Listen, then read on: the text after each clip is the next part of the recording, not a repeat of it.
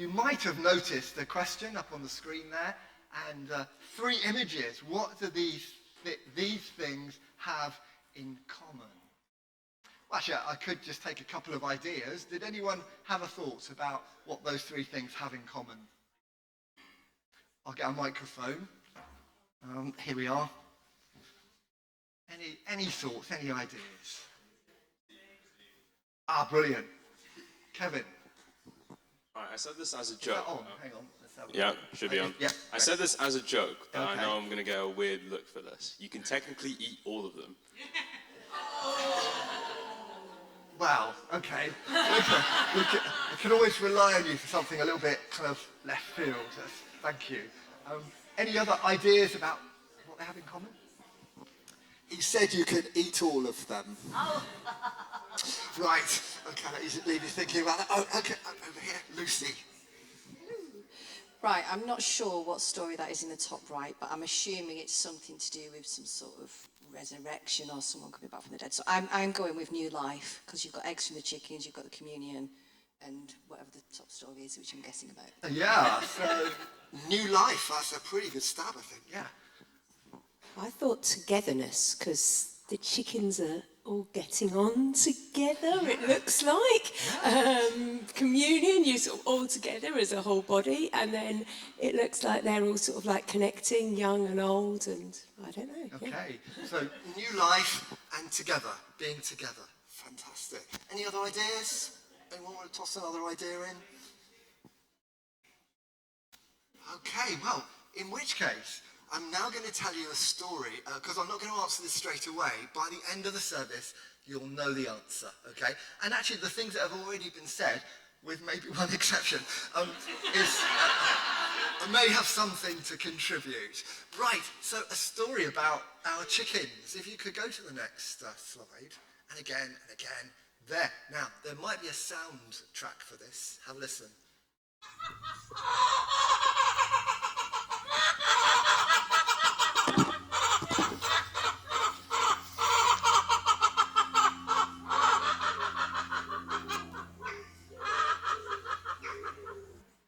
Now, how does that sound to you? How do you think those chickens are feeling today?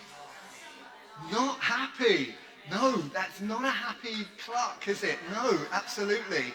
So, for those of you who don't know, we keep chickens in our garden, and so I was approaching from our garage, which is at the end of our garden, and picking up this little sound. It got a lot worse than that. Actually, that's actually quite gentle compared to what No, we did.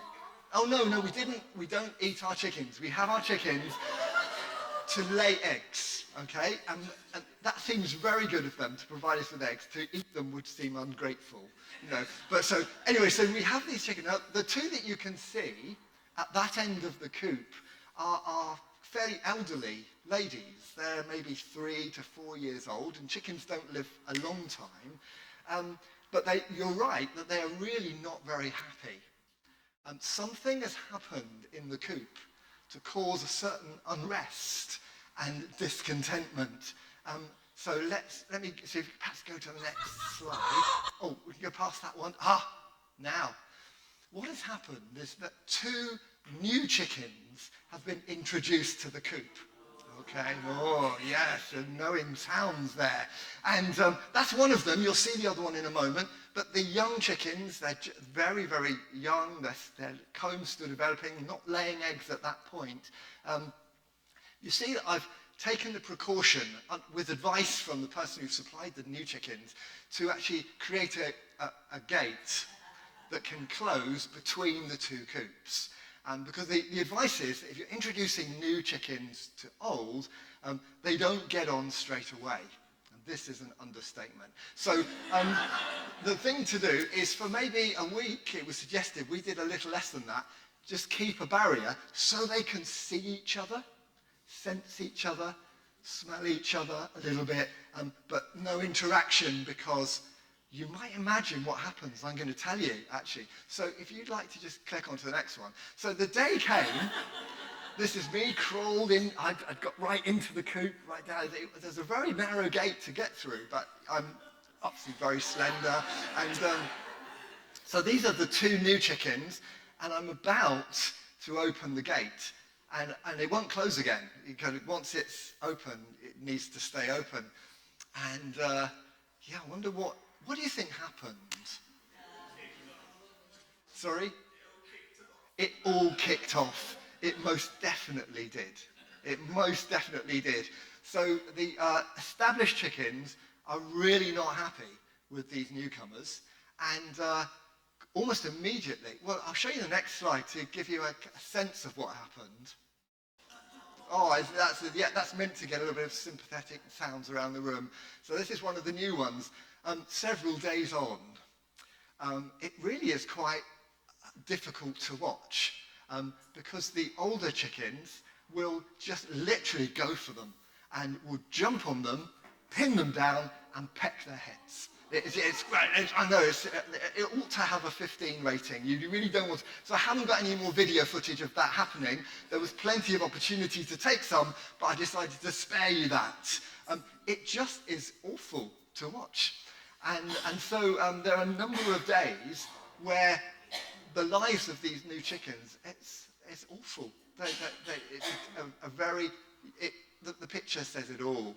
And we had some people round for a meal the other night, and I think it was, who was it asked me? It was Natalie, who was there, who said, well, do you just let them do that? And actually, we did have a few measures. We found some bamboo sticks that we could feed through and create a kind of crisscross barrier that was there sometimes. And so we didn't just let them go day and night like this. I mean, the good thing is at night, when they all get up into the sleeping area, they all just conk out. There's no fighting in the bedroom, as it were. And so it all goes really quiet. But then if you open up, the new ones are literally pushed out of the coop as it's opened up, and it all begins again. And it's quite hard to watch. Natalie was asking, do you just let it happen? And so, well, actually, yeah, with some measures to moderate it. Basically, this has just got to play out. How long? Said Natalie. And actually, it's about 2 weeks. 2 to 3 weeks. The third week is a kind of fine-tuning. But if we were to go and look at it, it's about 3 weeks on now, to look at it, they're all great pals. Show the next one. Look at that. So there's no aggression now. And they're kind of walking past each other.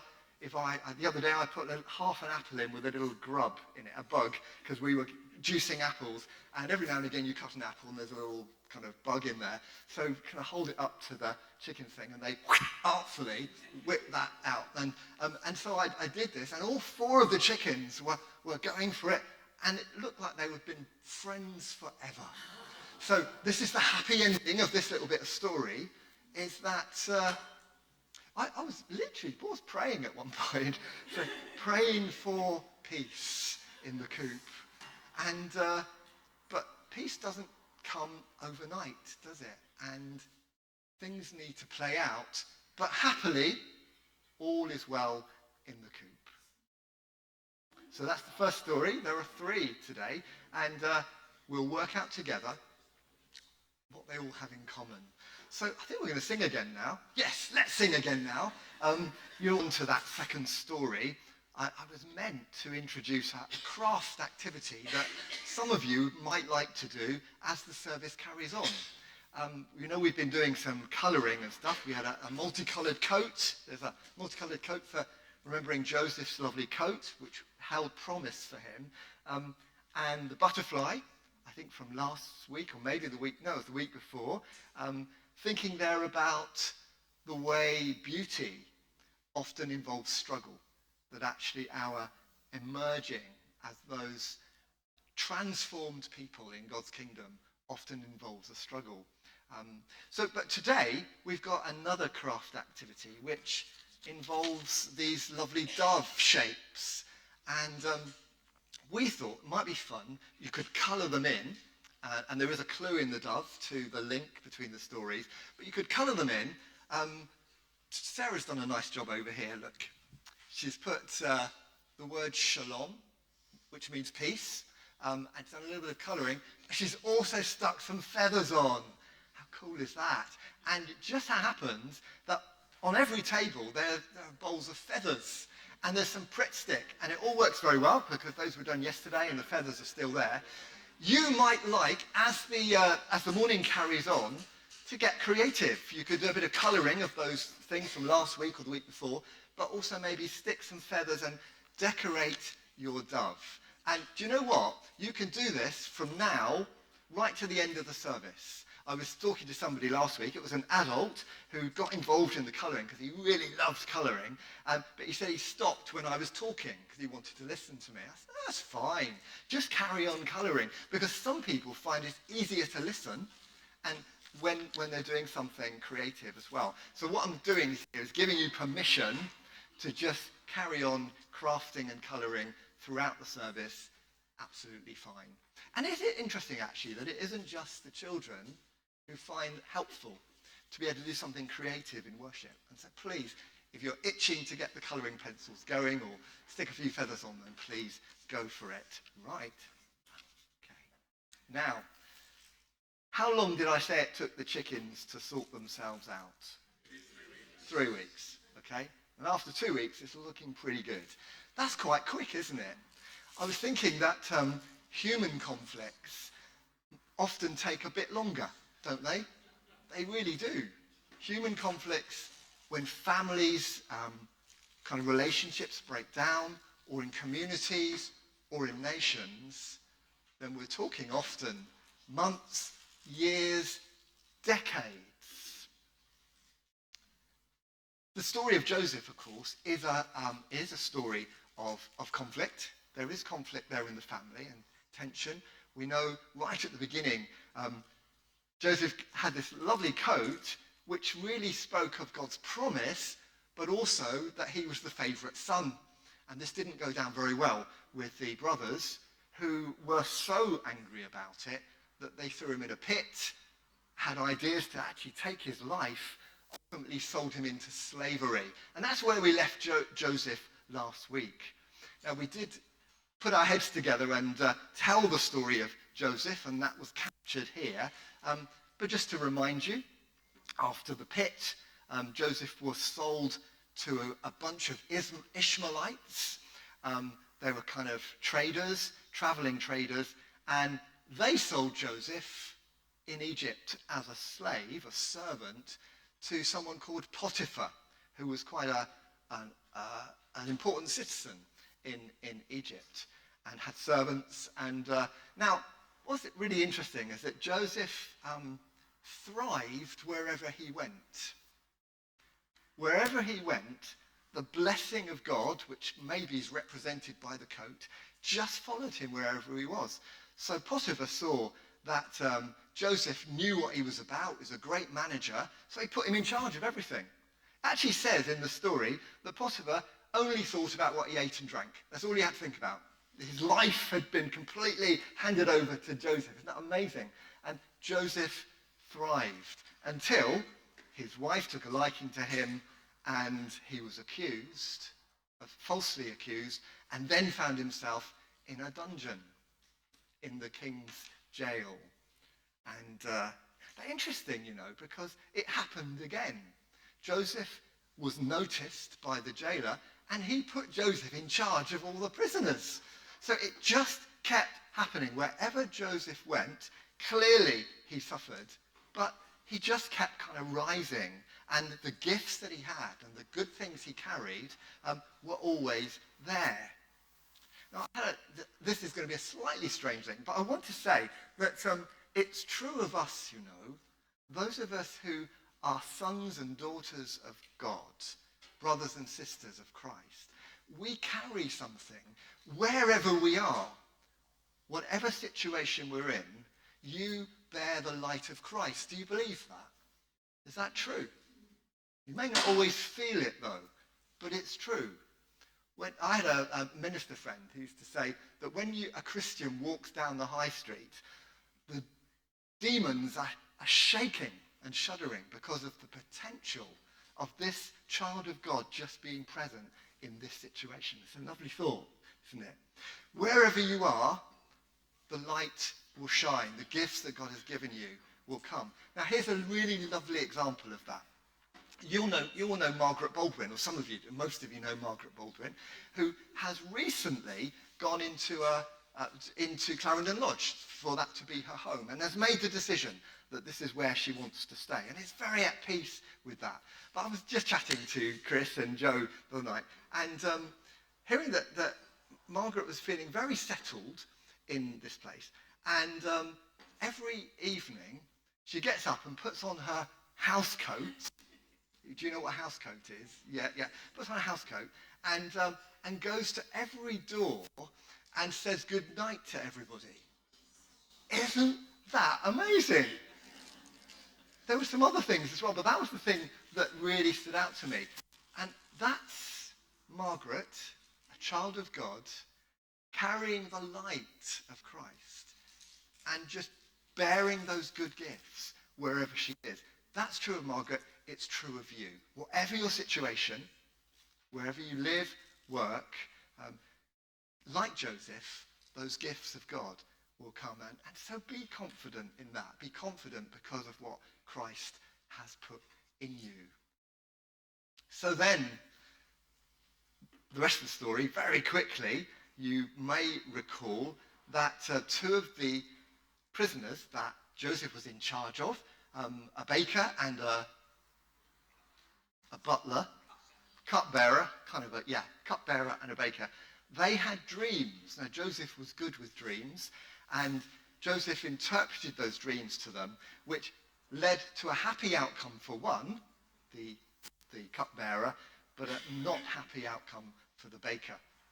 But that led on to one day Pharaoh having dreams and being bothered in the night with these strange dreams of 7 fat cows coming out of the Nile, and then 7 skinny cows coming out and gobbling up the fat ones.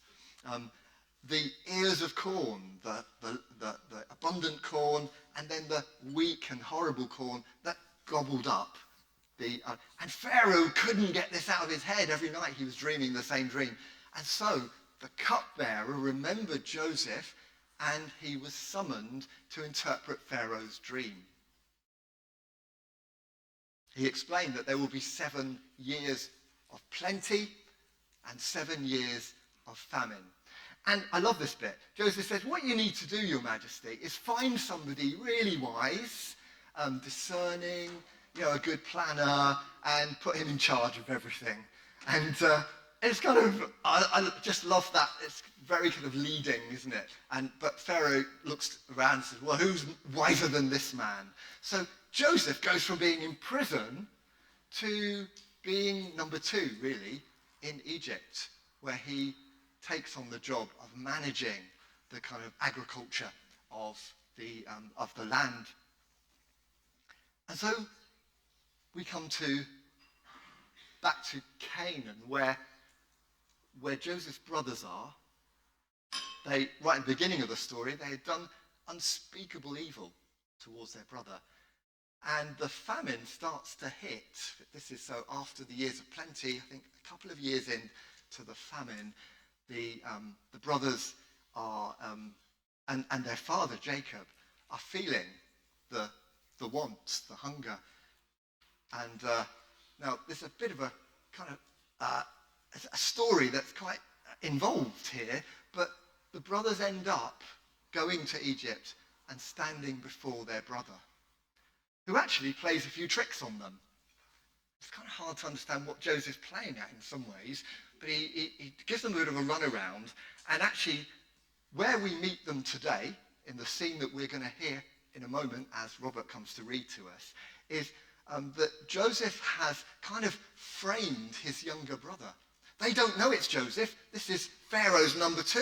He's a great official in the land. They don't know they're talking to the person that they threw into a pit.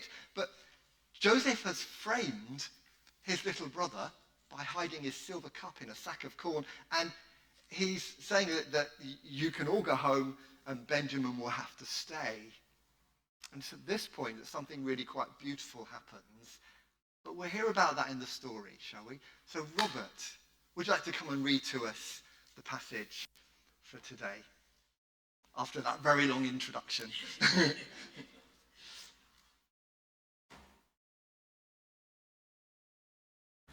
The reading can be found on page 50 in the Church Bibles, Genesis 45, 1 to 15.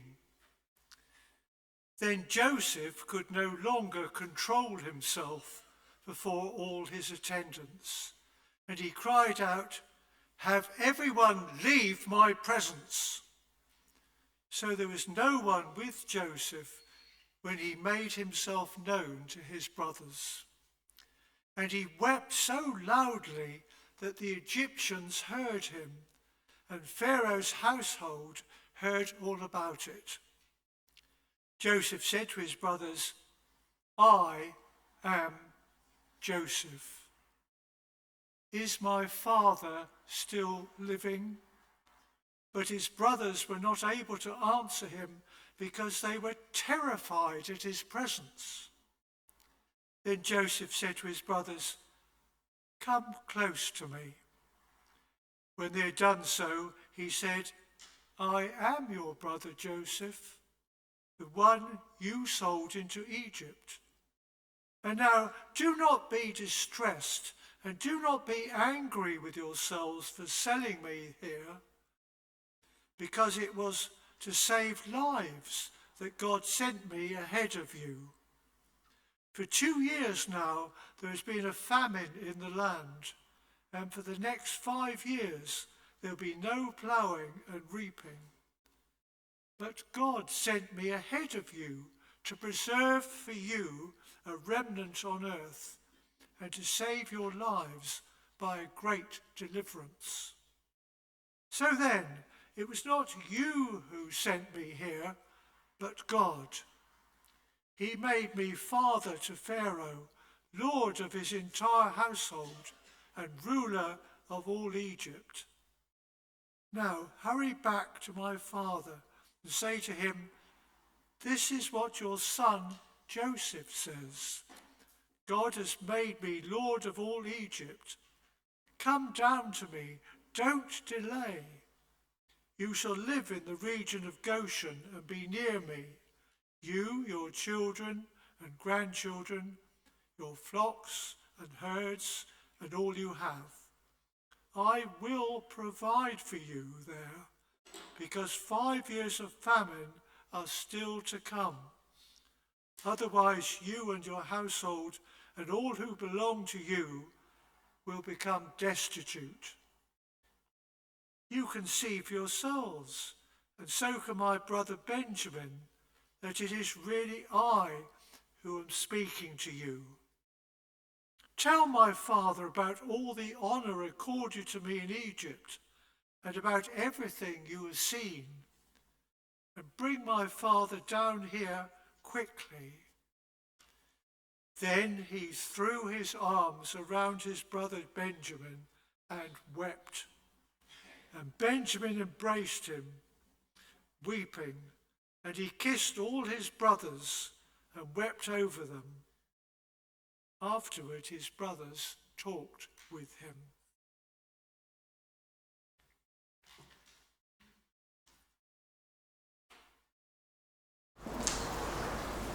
It has to be one of the brightest, most beautiful scenes in Scripture.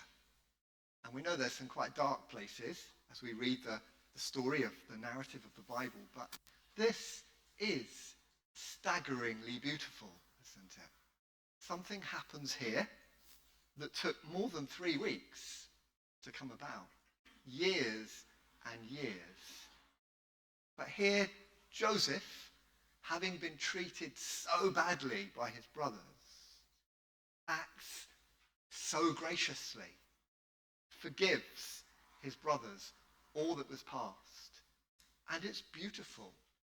It might remind us of someone else who took all our evil and refused to give it back, refused to retaliate.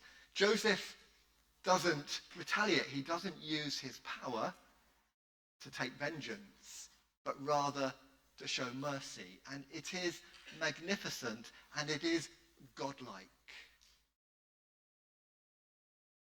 One of the things that's evident in this passage is that Joseph had a perspective on events that helped him to move in that beautiful way. He had that, do you remember we talked a little bit about varifocal glasses? Some of you might remember that. These are my varifocal glasses, and if I look through the top, I can see into the distance. If I looked lower down, I can see what's near to me. And Joseph seemed to have his varifocals working. As he looked into the future, the longer view, he could see that God was working. That it wasn't his brothers who sent him to Egypt. That's an amazing statement to make. But it was God who worked through this whole affair to rescue his brothers, his family, so that they wouldn't die of famine, but would actually be able to find a home in Egypt. And that was a blessing that came not just to Joseph's family, but to many others as well. God was working out his purpose. And it was seeing that I think helped Joseph. I mean, he was also a man of real character, of virtue, a man who looked to God and trusted him. But it's an incredible story, isn't it? It's a real moment. As I said, a moment that points us to an even greater act of generous love. I'm talking, of course, about how Jesus has loved us and given his life for us, which moves us towards our third story, which is set out behind me here. The celebration of bread and wine, the taking together of bread and wine, that remembers how Jesus refused to use his power for vengeance. He didn't give back what came at him, but instead chose to forgive. Father, forgive them. They don't know what they're doing. So we're going to shift our thoughts towards communion now. And as we go there, we've got another song to sing. So now you can stay seated for this one. Unless you want to stand, please feel free. But this.